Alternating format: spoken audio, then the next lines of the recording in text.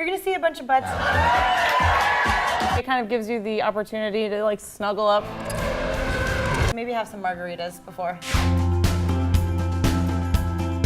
Hi, I'm Becky Kirsch. I'm Shannon Vestal, and we're the editors of BuzzSugar. There are tons of movies out right now, and it can be hard to figure out what the right movie to see is and who to see it with. So we're narrowing it down by category, starting with Girls' Day Out. So you're with all your girlfriends on 4th of July. What is the right movie to see? The perfect movie to see with all your girlfriends is, of course, Magic Mike. You have Channing Tatum, Alex Pettyfer, Matthew McConaughey, all taking it off as strippers.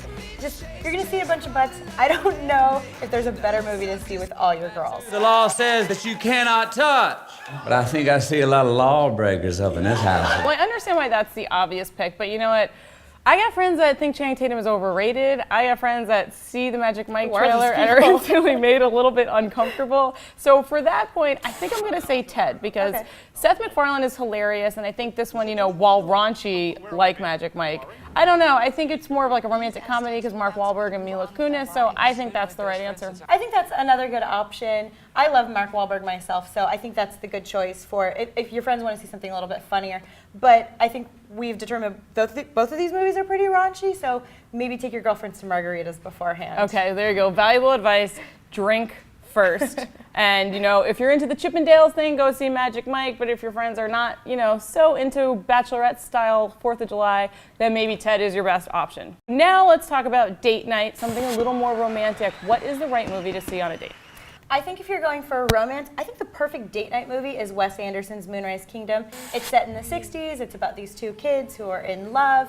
I think it's very cute, but it's not too sweet, so your date will be annoyed. A lot of dudes like Wes Anderson. There's also romance. It's got a lot going on. I think it's a good choice. I mean, I liked Moonrise Kingdom a lot. I did think it was a little sleepy at times, so I would maybe go for something a little more action-packed and thinking Abraham Lincoln Vampire Hunter, just because, you know, it's a little more intense, and even though it's kind of scary, it kind of gives you the opportunity to like snuggle up if that's what you're into. Shall not have died in vain. I think scary movies are a great classic pick for a date night movie. Like you said, you can jump into the arms of your date if you get freaked out. So that's also a good one. But be warned, these vampires are not the hot vampires of True Blood and the Vampire Diaries.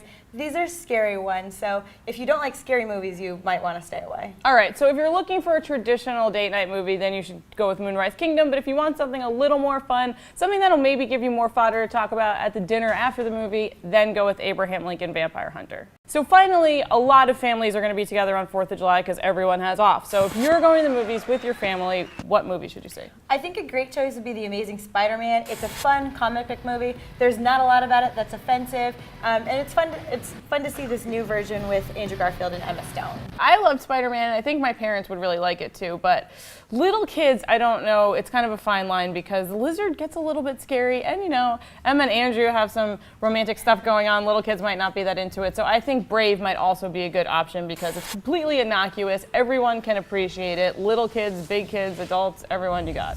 Right, I think that's also a good idea because totally appropriate for young kids, but it's a Pixar movie, so grown-ups usually get into Pixar movies. I always enjoy them, so it's not some boring kids movie that you're just counting down the time. Chomp! Dad's leg was clean off.